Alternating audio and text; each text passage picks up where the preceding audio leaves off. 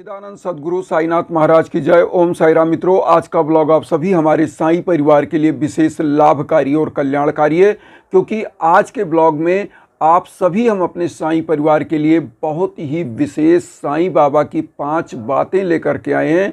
अगर इसको जीवन में धारण कर लीजिए, जिस भी क्षेत्र में आप सफल होना चाहते हैं, सफलता आपके कदम चूम लेगी और निश्चित रूप से एक सफलतम इंसान आप बनेंगे। क्योंकि साईं बाबा अपने जीवन कालखंड में अपने व्यक्तित्व के द्वारा, अपने कृतित्व के द्वारा ऐसी उपदेश हम लोगों को देकर गए, जिन चीज़ों को अगर हम धारण कर लें तो वह हमको अमृत के बूंद के समान हमारे जीवन को हमेशा सफलतम परिणति प्राप्त होगी। साईं बाबा की जो 5 बातें थीं वह हम आप सभी को बताएंगे, लेकिन इसमें कुछ चीज़ें ऐसी हैं जो उपाय के साथ भी हैं, तो वो भी हम बताएंगे कि क्या करना है। लेकिन सबसे पहले साईं बाबा की 5 बातें हम जान लें।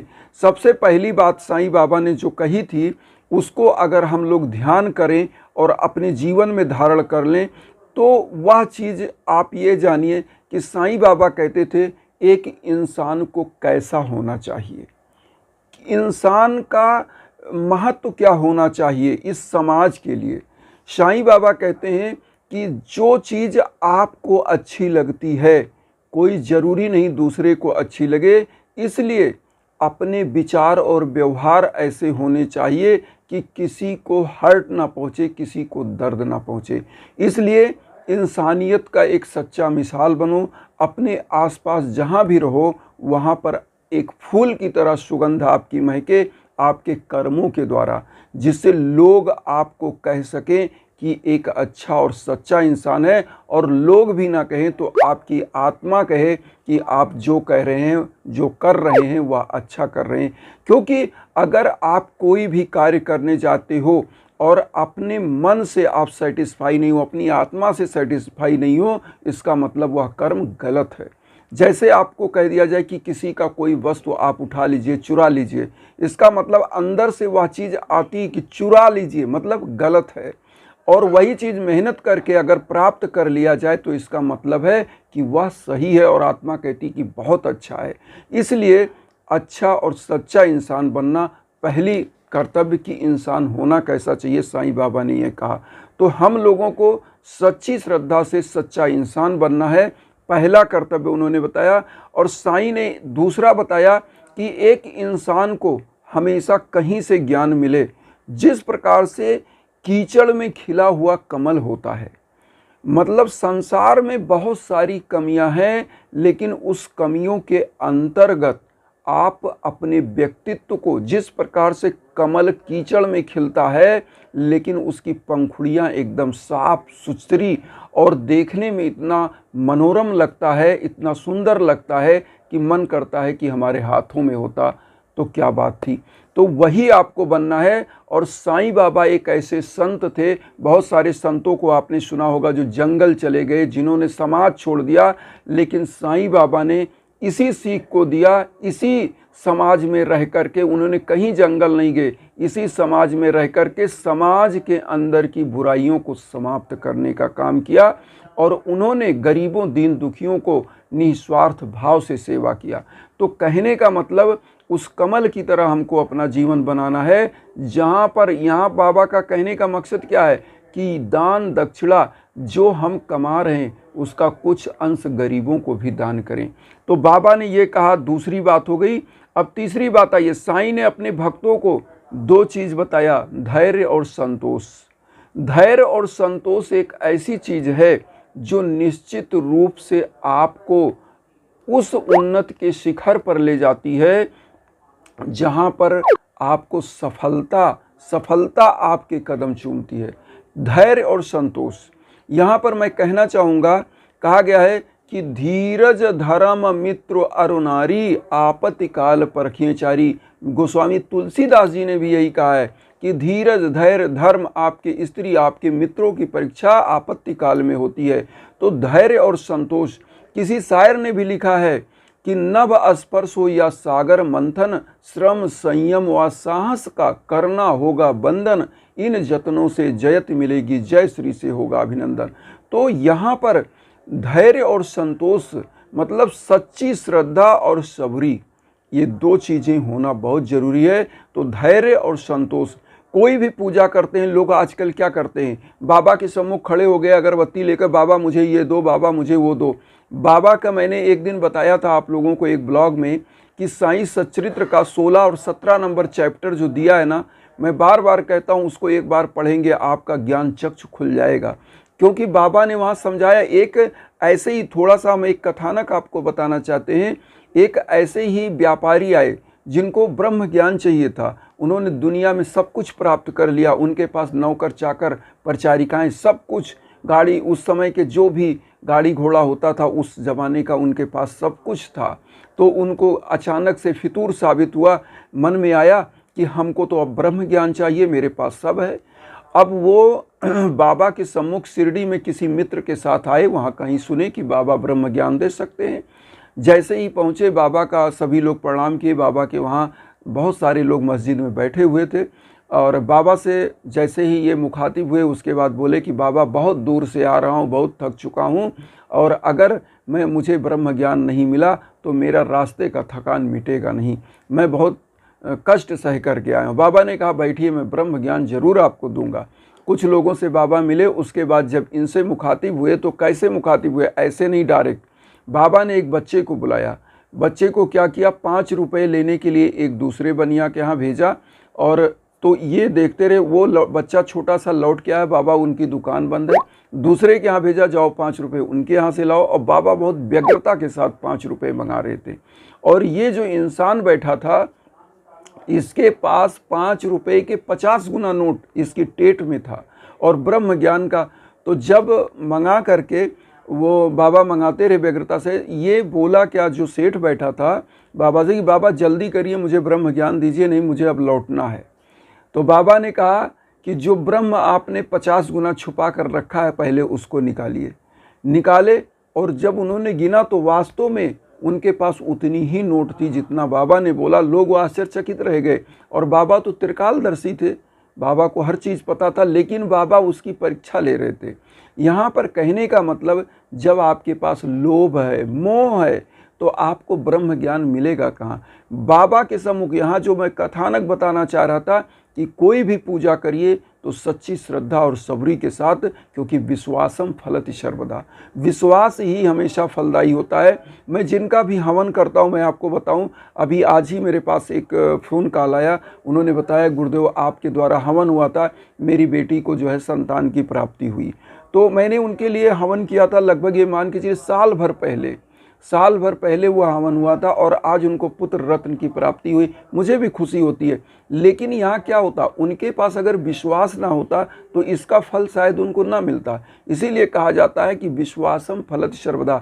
अगर आप किसी की दरबार में जा रहे हैं, किसी प्रभु के शरण में जा रहे हैं, किसी भी को गुरु मान रहे हैं, तो आपको विश्वास करना पड़ेगा। जिस प्रकार से आप किसी भी पत्थर की मूर्ति को भगवान मानते हो तो उसमें क्या देखते हो, आपका विश्वास ही उसमें जाकर ऊर्जा पैदा कर देता है। इसीलिए मंदिरों में आपने देखा होगा प्राण प्रतिष्ठा किया जाता है। वह प्राण प्रतिष्ठा है क्या? प्राण प्रतिष्ठा मतलब उन पत्थर की मूर्तियों के अंदर एक ऐसी ऊर्जा प्रेषित की जाती है जो ऊर्जा वहाँ से निकलती है। जैसे सूर्य जब निकलता है तो पहले उसकी किरणें मध्यम होती है, धीरे धीरे वह बढ़ती जाती है। तो उसी प्रकार से जब भक्त उस मूर्ति के पास जाते हैं और मंत्र का जाप अपने हृदय की व्यथा उससे कहते तो और उस मूर्ति में ऊर्जा पैदा होती है। वो ऊर्जा का रिफ्लेक्शन हमारे अंदर आता है और हमारी बॉडी जब उसको रिसीव करती है तो होता क्या कि हमारा जीवन प्रफुल्लित हो जाता है, खिल जाता है। इसीलिए हम कहते हैं कि जब भी यज्ञ आयोजन के लिए हमारे इंस्टाग्राम पर आइए तो विश्वास के साथ आइए, इसीलिए हम कहते हैं।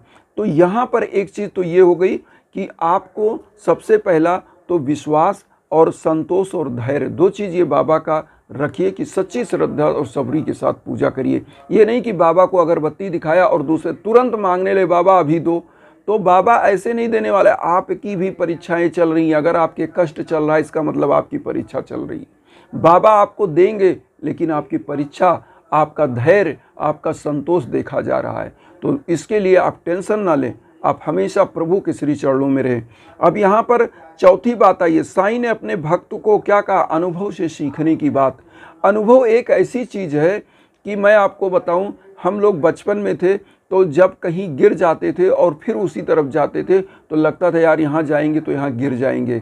इसीलिए कहावत है कि जानी जानी नर करहि ढिठाई, बूढ़ जाता था ना पाई। मतलब इंसान एक ऐसा जानवर है, एक ऐसा जीव है जो जान करके ढिठाई करता है। बहुत सारे सिगरेट, तंबाकू, शराब, उसमें सब में क्या वैधानिक चेतावनी लिखी होती है कि smoking cigarette injurious to your health, लेकिन क्या कर रहा है आदमी? वही पी रहा है। शराब में भी लिखा है एल्कोहल अगर आप पिएंगे तो आपके लिए यह हानिकारक है, लेकिन क्या कर रहा है? जान जान के पी रहा है। तो कहने का मतलब, जब जान करके कोई चीज़ करोगे, आपको उसका परिणाम पता है कि इसका परिणाम गलत है, लेकिन आप वह परिणाम कर रहे हो। तो जब अनुभव आपको है कि यह गलत है तो उसको करना नहीं चाहिए। जो अच्छा चीज़ है उसी को करना चाहिए। इसीलिए कहा गया है, साधु ऐसा चाहिए जैसा सूप शोभाए, और सार सार को गह रहे थोथा दे उड़ाए। बाबा की इन 5 बातों को याद रखिएगा, अनुभव से भी सीखना चाहिए। मतलब यहाँ पर अब 5वीं बात आप याद करिए, साईं ने कहा था कोई भी कर्म विचारों का परिणाम होता है। कोई भी कर्म आप करते हैं वो क्या? उस आपके विचारों का रिफ्लेक्शन है। जैसे आप कोई गलत कार्य करते हो, इसका मतलब आपके विचार ने आपको प्रेरणा दी कि आप गलत करो। वो क्या है? वो आपके विचारों का ही परिणाम है। आपने कोई अच्छा काम किया, किसी गरीब को दान दिया, किसी गरीब को किया, इसका मतलब वो भी विचारों का परिणाम है। तो आपको संस्कार क्या मिले हैं? आप अपने बच्चों को संस्कार क्या दे रहे हैं? ये सबसे बड़ी चीज़ होती है। बाबा यही कहते हैं कि मन को कंट्रोल करिए, अपनी 5 इंद्रियों को कंट्रोल करिए, और हम आपके साथ हैं। इसीलिए बाबा ने क्या कहा अपने 11 वचन में? मुझे सदा जीवित ही जानो, अनुभव करो सत्य पहचानो। बाबा की अनुभूति आपको होगी अगर बाबा के विचार और बताए गए उनके विचारों पर अमल करेंगे, उनके बताए गए सद्मार्ग पर चलेंगे, तो निश्चित रूप से जीवन कृतार्थ होगा और ब्रह्म की प्राप्ति होगी। यह दावा है। लेकिन इंसान चलना नहीं चाहता। मैं आपको बता दूं, मैं लोगों से हर ब्लॉग में यही कहता हूं, कहीं भटकने की ज़रूरत नहीं है। आप यज्ञ आजन हवन के लिए जिस प्रकार से, मैं आज आपको बता दूं हवन की थोड़ी सी महत्व, आप बाबा के यहाँ वहाँ देखे होंगे शिरडी में धूनी आज भी प्रज्वलित है। वो क्या है? एक ऊर्जा का स्रोत है जो विश्व का कल्याण करती है। उसी की ऊदी को हम अपने सर माथे पर लगाते हैं और हमारा कल्याण होता है। तो ये हवन हमारे यहाँ पुरातन समय में चला आया। जो आपको जो है हवन का जो मेंशन है वह वेदों में भी है। वेदों में भी आपको मिलता है कि हवन ही एक ऐसा माध्यम है। अग्नि जो है क्या है? देवताओं और मनुष्यों के बीच की माध्यम है। जब हम स्वाहा देवी का आवाहन करके हवन में, अग्नि में जो है आहुति देते हैं तो वह देवताओं तक पहुंचती है। और हवन है क्या? पहले उसका महत्व समझिए। जिस प्रकार से सूर्य है, सूर्य की किरणों को एक छोटे बिंदु पर जो है हमको सेंट्रलाइज करने के लिए एक लेंस की आवश्यकता होती है। लेंस मतलब मैग्नीफाइंग ग्लास। मैग्नीफाइंग ग्लास लेते हैं, नीचे उसके एक कागज़ रख दीजिए और सूर्य के सामने कर दीजिए। वह सूर्य को इतनी छोटे बिंदी पर ला करके एक छोटे से पॉइंट पर सेंट्रलाइज करता है और ऊर्जा इतनी ज़बरदस्त वहाँ होती है कि कागज़ में आग लग जाता है।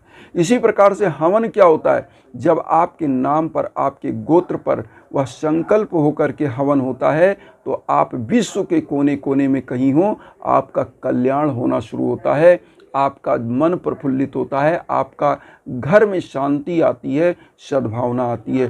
तो ये कल्याणकारी हवन होता है। इसीलिए इसको कहा जाता है दिव्य हवन। तो दिव्यता प्राप्त करने के लिए हवन होता है। किसी भी क्षेत्र में आपको कोई भी कष्ट है तो ज़रूर संपर्क करिए। इंस्टाग्राम पे मैं तो हमेशा देता रहता हूँ, कहीं भटकने की ज़रूरत नहीं है। और प्रभु में जो 5 बातें हमारे साईं ने कहा, इसको जरूर कंठस्थ करिए। एक बार फिर हम जल्दी से बता दें, साईं ने कहा इंसान कैसा होना चाहिए? तो बस वो चीज़ आपको ध्यान करना है कि एक सच्चा और अच्छा इंसान। फिर उसके साईं ने कहा इंसान को ऐसा होना चाहिए जो कीचड़ में कमल के समान है, उसका भी हमने आपको डिफिनीशन दिया। इसके बाद साईं ने अपने भक्तों को धैर्य और संतोष की बात कही, इसको भी आपको ध्यान में रखना है। साईं ने अपने भक्तों को अनुभव से सीखने की बात कही, जो हमने बताया। इसी प्रकार से साईं ने कहा कि जो कर्म हम करते हैं वह हमारे विचारों का परिणाम है, तो वह भी कर्म को भी अच्छा होना चाहिए। एक जिम्मेदार नागरिक आपको बनना है, एक श्रेष्ठ इंसान बनना है, साईं के सच्चे भक्त बनना है, उनके बताए मार्ग पर चलना है और जीवन निश्चित रूप से, जीवन क्या, आप इस पूरी सृष्टि से जो चाहेंगे ना वो आपके कदमों में आएगी। और मैं कहता हूँ 100% सफलता आपके कदम चूमेगी, केवल 5 बातों को अगर हम अनुसरण कर ले तो। धैर्य, संतोष, अच्छा इंसान, अनुभव, अपने अनुभव से सीखिए, समाज के अनुभव से सीखिए, जहाँ जो भी सीखने को मिले उसको सीखते चाहिए। इसी से हमारा आपका कल्याण है। इन्हीं भावनाओं के साथ एक कहेंगे कि वसुधैव कुटुंबकम की जो भावना हम लेकर चल रहे हैं उसमें आप सभी लोग चैनल को सब्सक्राइब करके अपना आशीर्वाद दीजिए। उन साईं भक्तों तक वीडियो को जरूर शेयर करिए जो किन्हीं कारणों से कष्ट में, दुख में। इसी भावना के साथ ओम साई राम।